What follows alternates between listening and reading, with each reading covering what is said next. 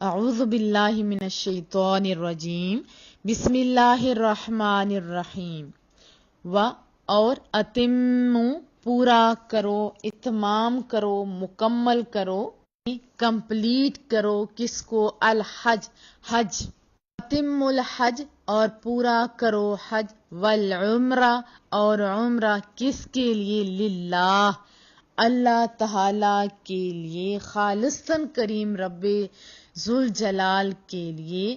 فَإِن پھر اگر تم گھیر جاؤ یا گھیر لیے جاؤ یا تم گھر جاؤ، یہ بہت سارے معنی ہوتے ہیں۔ جیسے حصار ہم لوگ پڑھتے ہیں نا، اس کو کیا مطلب ہوتا ہے؟ روکنا، رکاوٹ ڈالنا، گھیر لینا، کسی کو اپنے حصار میں لے لینا، یعنی گھیرے میں لے لینا۔ اور جب گھیرے میں لے لیے جائے تو پھر کیا ہوگا؟ مکمل نہیں ہوگا۔ فَإِنْ أَحْصِرْتُمْ پھر اگر تم گھر جاؤ، فَمَسْتَيْسَرَ فَما تو جو استیسرا، اِنَّ مَعَ الْعُسْرِ یسرا، یہ آپ نے پڑھا ہے نا۔ استیسرا یہاں معنی ہے آسانی سے مل جائے، اکثر آسانی کو کہتے ہیں نا۔ فما تو جو استیسرا آسانی سے مل جائے، من سے کیا چیز؟ حج، قربانی کا جانور۔ پھر اگر تم گھر جاؤ تو قربانی کا جانور جو آسانی سے مل جائے وہ بھیج دو۔ اور لا نہ تحلقو منڈواؤ کرواؤ، ولا تحلقو اور نہ منڈواؤ، رؤوسکم اپنے سر، اس کی جمع رؤوس ہوتا ہے نا، کم تم، حتیٰ یہاں تک کہ یبلغ پہنچ جائے۔ جیسے ہم کہتے ہیں نا یہ بچہ بالغ ہو گیا، یعنی جوانی کی عمر تک پہنچ گیا کہتے ہیں نا، تو یہاں مراد کیا ہے کہ پہنچ جائے کیا چیز؟ الہدی، قربانی کا جانور۔ یہ ہدیت ان کی جمع ہے۔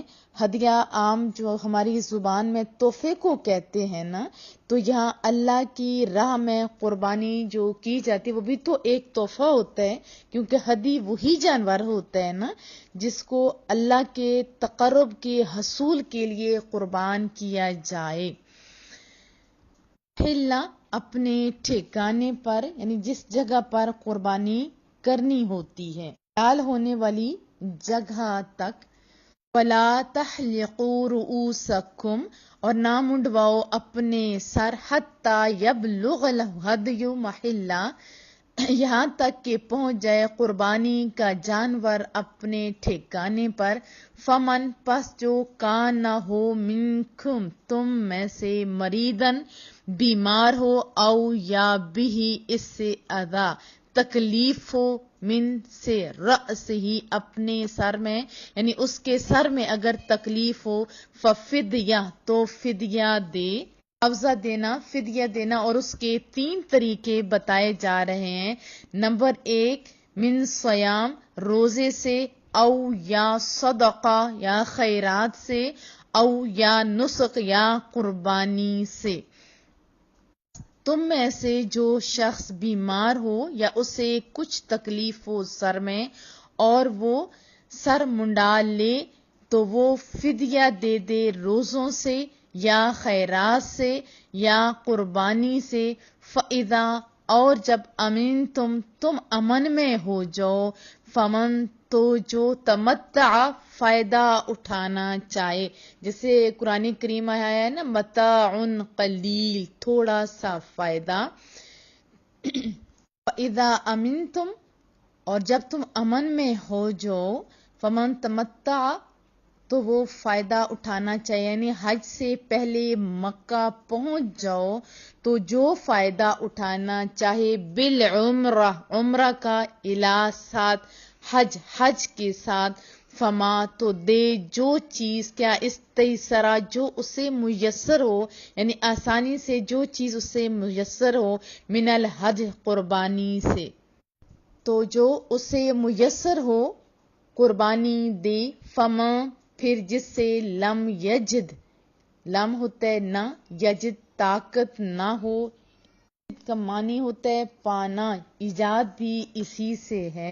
فمن لم یجد پھر جسے طاقت نہ ہو فصیام تو روزے رکھے ثلاثہ 3 یام یوم کی جمع تو وہ کیا کرے 3 دن روزے رکھے فی الحج حج میں و7 اور 7 اذا رجعتم جب تم گھر لوٹ آؤ تل کا یہ پہلے 3 اور پھر 7 تو یہ کتنے ہو جائیں گے 10 کاملہ پورے تو یہ جب تم گھر لوٹ آؤ تو پھر پورے روزے ہوئے 10 ذالک یہ لمن اس کے لیے لم نہ یکن ہو اہلہ اس کے گھر والے حاضری قریب المسجد الحرام مسجد حرام کے قریب نہ ہوں رعایت اس کے لیے ہے جس کے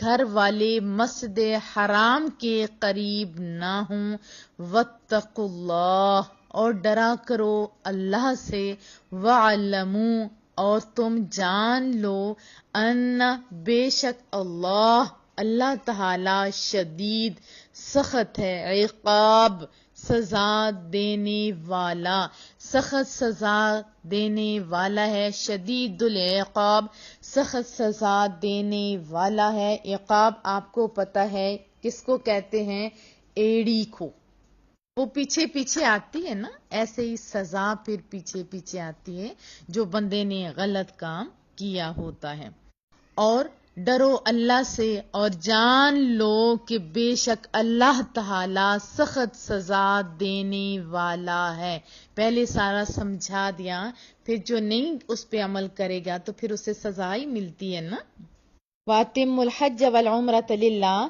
اور حج اور عمرہ اللہ کے لیے پورا کرو اس آیت میں مراد یہ ہے کہ حج اور عمرہ دونوں کو ان کے فرائض اور شرائط کے ساتھ خالصتاً رب ذوالجلال کی رضا کے لیے نہ کہ ریاکاری کے لیے یعنی معاذ رب ذوالجلال کی رضا کے لیے بغیر سستی اور کوتاہی کے مکمل کرو پہلا ایک رول کیا بتائے وَأَتِمُّوا اور پورا کرو ایک اصول بتا دیا گیا کہ جو بھی کام آپ شروع کرو جو اچھے کام ہوں خصوصاً دین کے کام ہوں تو ان کو مکمل بھی کرو یہ نہ ہو کہ آدھے رستے میں چھوڑ دو بہت سارے لوگ جوش کے ساتھ بہت سارے گروپ جوائن کر لیتے ہیں جو دینی گروپس ہیں اچھے بات ہے کہ جوائن کرنا چاہیے بہت سارے گروپ شروع کرتے ہیں پھر اس کے بعد سارے کے سارے چھوڑ دیتے ہیں اسی طرح بہت سارے لوگ جوش سے بہت سارے وظائف شروع کرتے ہیں وہ بھی پھر چھوڑ جاتے ہیں سونے جاگنے کی جو ہوتی ہیں دعائیں وہ شروع کرتے ہیں وہ چھوڑ دیتے ہیں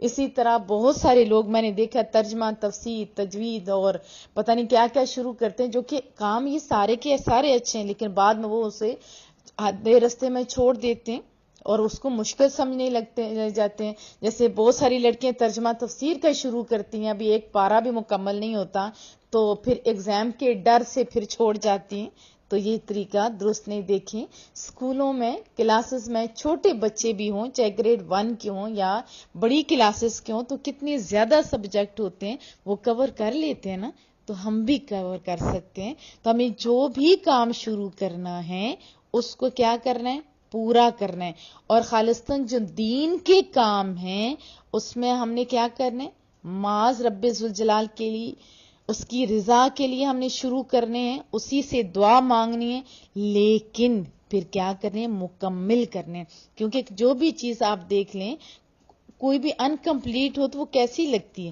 ہم ہانڈی روٹی جیسے بناتے ہیں آٹا گوندیں اگر وہ مکمل نہیں کریں تو کیسے ہوگا اسی طرح جیسے کپڑوں کے ڈیزائن ہوتے ہیں اگر فل ڈیزائن نہ بنایا جائے یا فل کپڑے بھی نہ سیے جائیں یا نیٹنگ کا یا کوئی بھی کام ہو آدھا چھوڑ دیے جائے سویٹر بنا کے آدھی چھوڑ دی جائے پھر پہنے تو کیسا لگے گا آپ سوچئے اچھا نہیں نہ لگتا اس کے علاوہ ہم لوگ بڑے کانشیس ہیں دنیا کے کاموں میں ہمیں دین کے کاموں میں اپنی آخرت کے لیے بھی کانشیس ہونا چاہیے اگر مکمل بھی ہوں تو پھر بھی کیا کہتے ہیں ہم اس کی فنشنگ دیکھ رہے ہوتے ہیں اس کی فنشنگ درست نہیں ہے یہ درست نہیں ہے وہ درست نہیں ہے جس طرح ہم لوگ ادھر ہیں نا اتنے کانشیس ہمیں دین کے معاملے میں بھی کانشیس ہونا چاہیے کیا میں توقع رکھوں ایک رول بتایا گیا کہ پورا کرو، دوسرا خالصتاً رب ذوالجلال کے لیے۔ آپ کو پتہ ہے کہ حج پہلے بھی ہوتا تھا، یعنی زمانہ قدیم میں بھی ہوا کرتا تھا، لیکن ان کے نزدیک یہ جو حج ہے یہ محض ایک میلہ بن گیا تھا، کلچرل شو جیسے ہوتے ہیں ایسے بن گیا تھا، تجارتی منڈی بن کے رہ گیا تھا، تو عبادت کا پہلو تو بالکل ختم ہو گیا تھا، یا اتنا غیر اہم ہو کر رہ گیا تھا کہ اس کا کوئی اثر ہی محسوس نہیں کیا جاتا تھا۔ لوگ آتے، سیر و تفریح کر کے پھر چلے جاتے، پھر وہاں پہ شاعر اکٹھے ہوتے، وہ اپنے قصائد، اور اسی طرح خطیب آتے تھے، شعلہ بیان جیسے خطیب ہوتے ہیں، تو لوگوں کے دلوں پر اپنی فساد اور بلاغت کا سکہ جماتے اور چلے جاتے۔ چند روز تجارت کا بازار بھی خوب گرم رہتا، تو کریم رب فرما رہا ہے کہ حج بھی کرو، عمرہ بھی کرو، لیکن اس کو فیسٹیول شو نہیں بنا دو۔ کیوں؟ کہ یہ ایک عبادت ہے، یہ ایک عبادت ہے۔ رب فرما رہا ہے کہ حج عمرہ کرو، لیکن اللہ تعالیٰ کی عبادت اور اس کی رضا جوئی کے لیے۔ اس کا کیا معنی ہوا کہ محض اللہ کی رضا کے لیے ہونا چاہیے، کوئی ریاکاری کے لیے نہیں ہونا چاہیے، اور پھر ساتھ یہ بھی پوری آداب اور شرائط کے ساتھ، یعنی پورے آداب اور شرائط کے ساتھ، پورے اخلاص اور حسن نیت کے ساتھ آپ حج بھی کرو اور عمرہ بھی کرو۔ یہاں پہ ہم نے کیا سیکھا کہ ہم نے جوش کے ساتھ نہیں، بلکہ جو بھی کام کرنا ہے اس پہ ڈٹ جانا ہے۔ پہلے تو دعا بھی مانگنی ہے، مولا کریمہ تیرے رستے پہ ہم چل نکلے ہیں، مولا منزل تک پہنچا دی۔ وہ ضرور منزل تک پہنچائے گا۔ روزوں کی ابتدا میں بھی بہت سارے لوگ اکٹھے ہوتے ہیں اور تراویحیں پڑھ رہے ہوتے ہیں، آہستہ آہستہ کم ہونا شروع ہو جاتی ہے، ابتدا میں روزے بھی جوش خروش سے رکھے جاتے ہیں، اور پھر کیا حالت ہوتی ہے نہیں۔ اور بہت سارے لوگ نماز کی ابتدا میں بڑے اچھے پڑھتے ہیں، ایک دو دن تو پڑھتے ہیں، پھر اس کے بعد تھک جاتے ہیں۔ آپ لگاتار 40 نمازیں بھی پڑھیں گے تو آپ کو عادت ہو جائے گی، آپ کا دل اس عبادت کے بغیر رہے گا نہیں۔ ٹھیک ہے، ہم نے کیا کرنا ہے، جو بھی کام کرنا ہے معاذ رب ذوالجلال کے لیے۔ اور یہاں پہ خصوصاً تذکرہ حج اور عمرہ کا آپ بھی اپنا محاسبہ کیجئے، آپ بھی تو حج اور عمرہ کے لیے جاتے ہیں نا۔ اس کی تعریف کیا ہے کہ حج نام ہے احرام باندھ کر 9 ذی الحجہ کو، یعنی 9 ذی الحجہ کو عرفات میں ٹھہرنے اور کعبہ معظمہ کے طواف کا۔ اس کے لیے خاص وقت بھی مقرر ہے جس میں یہ افعال کیے جائیں تو حج ہے۔ حج آپ کو پتہ ہے یہ ٹائم پہ ہے۔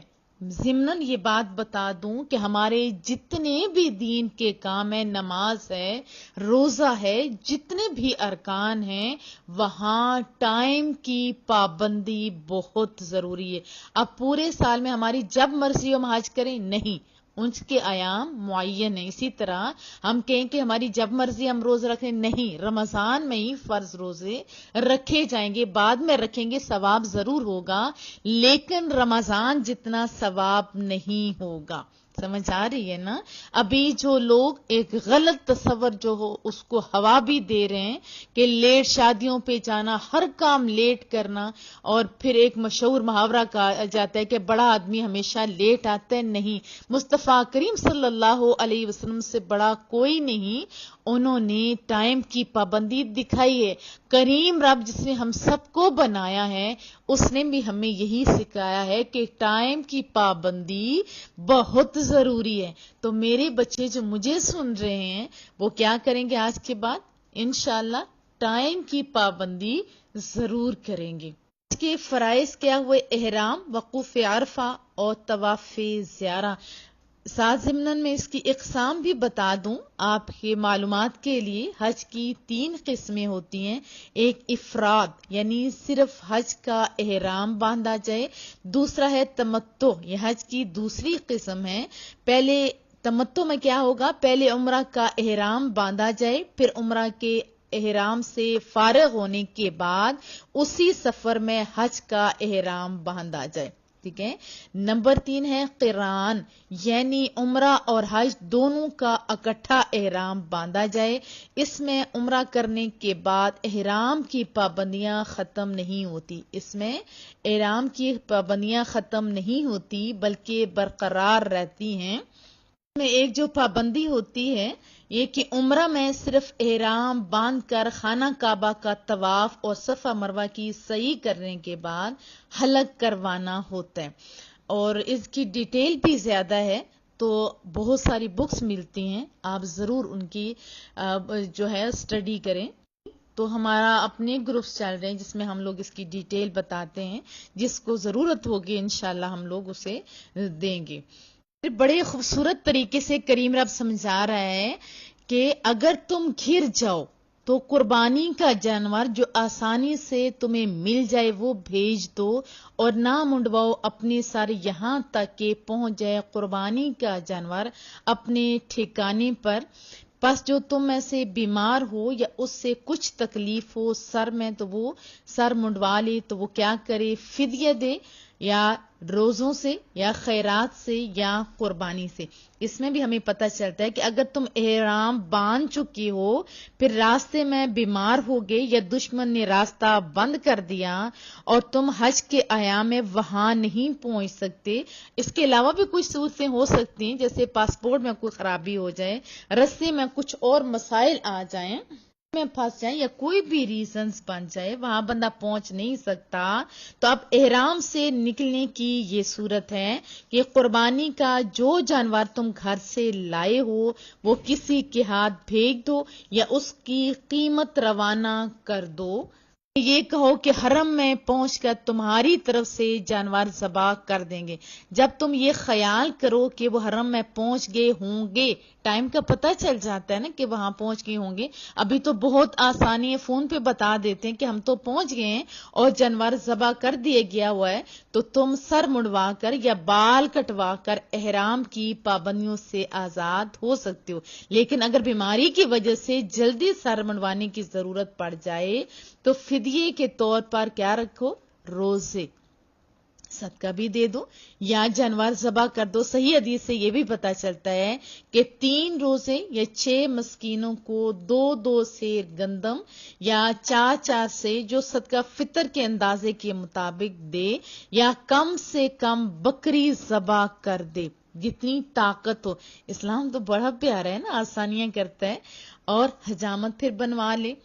ہم نے کیا سیکھا کہ حج کا جو اہم مسئلہ تھا جسے احصار کہتے ہیں، خلاصہ کلام کیا ہوا کہ اگر حج یا عمرہ کا احرام باندھ لینے کے بعد حج یا عمرہ کی ادائیگی میں کوئی رکاوٹ پیش آ جائے، جیسے دشمن کا خوف ہو، مرض ہو، تو ایسی صورت میں احرام سے باہر کیسے آئیں گے؟ حرم میں قربانی کا جانور، جیسے اگر کسی کے پاس مال و دولت ہے وہ زیادہ کر سکتے ہیں، اونٹ، گائے وغیرہ، نہیں تو جیسے آسانی ہو بکری کا ذبح کروانا تم پر کیا ہے؟ واجب ہے، اور جب تک قربانی کا جانور ذبح نہ ہو جائے تب تک تم سر منڈوا نہیں سکتے۔ کہ حالت احرام میں بال منڈوانے کی اجازت نہیں ہوتی، اسی طرح لباس، خوشبو وغیرہ کے اعتبار سے بھی آپ کو پتہ ہے کافی پابندیاں ہوتی ہیں۔ اسلام تو آسانیاں بانٹتا ہے نا، اگر کوئی ایسا عذر ہو جو صحیح ہو تو پھر اس کا معاملہ کچھ اور ہوگا۔ اگر جان بوجھ کر احرام کی پابندیوں کی مخالفت اگر کوئی بندہ کرے تو کیا ہوگا؟ گناہ گار بھی ہوگا، فدیہ بھی دینا لازم آئے گا، اور مجبوری کی وجہ سے مخالفت کرے تو گناہ گار نہیں ہوگا، لیکن فدیہ دینا پڑے گا۔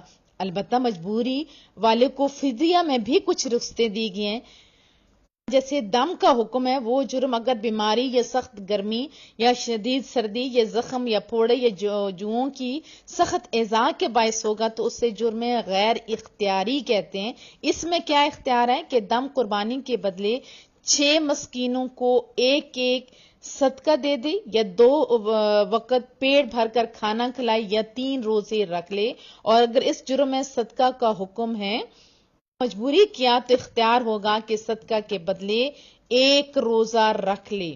فمن تمتع بالعمرۃ الی الحج، جو حج سے عمرہ ملانے کا فائدہ اٹھانا چاہے۔ کتنا آسان ہے اسلام! جو شخص ایک ہی سفر میں شرائط کا لحاظ کرتے ہوئے حج اور عمرہ کی سعادت حاصل کرے تو اس پر شکرانے کے طور پر قربانی لازم ہے کہ مولا تیرا شکر ہے تو نے اتنی زیادہ میرے لیے آسانی کی، میں تیرے گھر پہ آ گیا۔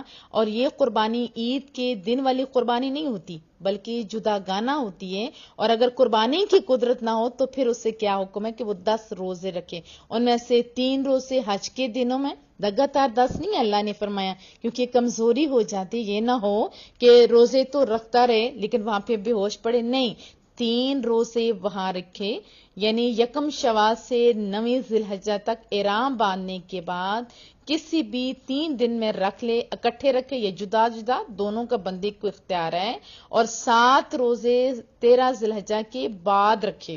سمجھے کہ یکم شوال سے 9 ذی الحجہ کے درمیان 3 روزے مرضی یا الگ الگ، مرضی ہے تو اکٹھے رکھے، اور باقی 13 ذی الحج کے بعد عید کے بعد رکھے۔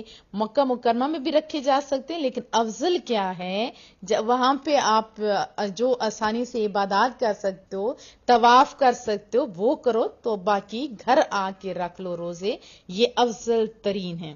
اور بھی سہولت ہے، حج تمتع یا حج قران کا جائز ہونا صرف آفاقی یعنی میقات سے باہر والوں کے لیے ہے۔ حدود میقات میں جو رہتے ہیں، وہاں کے جو ریزیڈینشل ہیں، رہائشی ہیں، اور اندر رہنے والوں کے لیے نہ تمتع کی اجازت ہے اور نہ قران کی، وہ صرف حج افراد کر سکتے ہیں۔ ہم نے کیا سیکھا کہ جو بھی کام ہم شروع کریں گے انشاءاللہ تعالی ہم اس کو مکمل کریں گے، کیا میں توقع رکھوں، اور پھر ٹائم کی پابندی ہم ضرور کریں گے۔ دیکھو حدیث طیبہ میں واضح طور پہ آیا ہوا ہے کہ مومن ایسا نہیں ہوتا کہ وہ اپنا ٹائم ضائع کرتا ہے، بلکہ اس سے ایک ایک لمحے کے لیے اپنے رب کے سامنے جواب دہ ہونا ہے۔ حضرت عمر رضی اللہ تعالی عنہ نے فرمایا کہ یہ اپنی دیواروں پہ لکھ لو کہ مومن اپنا ٹائم ضائع نہیں کرتا، یا وہ دنیا بنانے میں لگا رہتا ہے یا آخرت بنانے میں۔ دنیا بھی اس انداز میں نہیں بناتا کہ آخرت اگنور ہو جائے، بلکہ دنیا کے بھی جو کام ہے وہ شریعت کی حدود کے اندر رہتے ہوئے حلال روزی کماتے ہوئے وہ کام کرتا ہے۔ آپ اپنا محاسبہ بھی ساتھ ساتھ کرتے رہیں، کیا ہم ٹائم ضائع کرتے ہیں؟ ہم کہتے ہیں ہمارے پاس ٹائم نہیں ہے، یا ہم نے سن نہیں سکتے، ہم لوگ یہ نہیں کر سکتے، سنا نہیں سکتے۔ دیکھیں آپ کے لیے بہت ساری سہولتیں ہیں، گھر بیٹھے بٹھائے آپ سن سکتے ہیں، بلکہ اگر چاہیں تو آپ کو سند بھی دی جا سکتی ہے۔ آپ قدم تو بڑھائیے نا۔ ہم کھانا پینا ٹائم پہ کرتے ہیں نا، تو یہ ہم نے اپنی روح کی غذا کی طرف بھی توجہ دینی ہے۔ انشاءاللہ تعالی میں توقع رکھوں جو بھی کام ہم کریں گے اللہ اور اس کے رسول کے بتائے ہوئے طریقے کے مطابق احسن طریقے سے، آپ نماز بھی پڑھتے ہیں تو احسن طریقے سے پڑھیں، پتہ چلے چھوٹا سا بچہ جو ہے وہ آپ کو دیکھ رہا ہوتا ہے، وہ سیکھ رہا ہوتا ہے یہ کیسے نماز پڑھیں، ٹائم کی پابندی کے ساتھ، یا ایسے بس کہتے ہیں تھوڑا سا ٹائم رہتا ہے میں جلدی جلدی سے پڑھوں، نہیں، بڑے سکون کے ساتھ ٹائم کی پابندی کے ساتھ آپ نماز بھی ادا کریں، لیکن جب مصلی پہ جائیں تو لگے کہ کریم رب سے یہ ملنے جا رہے۔ آپ کا ہر انداز جب سونا ہوگا تو آپ کے بچوں پہ بہترین اثر پڑے گا، اور آپ کے مائنڈ کے اوپر بھی بہت اچھا اثر پڑے گا، آپ کے اندر خشوع اور خضوع کا جذبہ بھی پیدا ہوگا، آپ کو پتہ چلے گا کہ میں بڑی ہستی کی طرف جا رہی ہوں۔ اور حج اور عمرہ اسی طرح جب کرنے جاتے ہیں تو آپ کو بھی اندازہ ہونا چاہیے ہم اتنی پیاری سی جگہ پہ جا رہے ہیں، اور جو بھی کام کرنا ہے انشاءاللہ تعالی، کیا میں توقع رکھوں کہ ہمارا رب ناراض نہیں ہو انشاءاللہ تعالی۔ اور یہاں پہ بتائے گا واتقوا اللہ، اور ڈرا کرو کس سے؟ اللہ سے۔ یہ اللہ کا خوف اور محبت جب دل میں پیدا ہو جاتی ہے تو پھر انسان جرم کر ہی نہیں سکتا۔ جو بہت سارے لوگ غلط کام کرتے ہیں، کہتے ہیں اللہ بخشنے والا ہے، ہاں اللہ بخشنے والا ہے، اس کی رحمتیں بے حساب ہیں، لیکن اللہ جو ہے نا وہ پکڑنے والا بھی ہے۔ اسے سمجھا دیا ہے کہ تم کیوں غلط کام کرتے ہو، بس رک جو، اسی میں تمہارا فائدہ ہے، دنیا کا بھی اور آخرت کا بھی۔ اور اگر ہم اس کے بتائے ہوئے طریقے کے مطابق کام کریں گے، اس کے خوف سے کریں گے، تو ہماری زندگیاں، ہماری صحتیں، ہماری سب کچھ ٹھیک رہیں گی۔ اور کیا حکم ہے؟ اور ڈرو اللہ سے، اور جان لو کہ بے شک کریم رب سخت سزا دینے والا کن لوگوں کو جو مخالفت کرتے ہیں۔ پاک سمجھ عطا فرمائے، دعاؤں کی درخواست رہے گی۔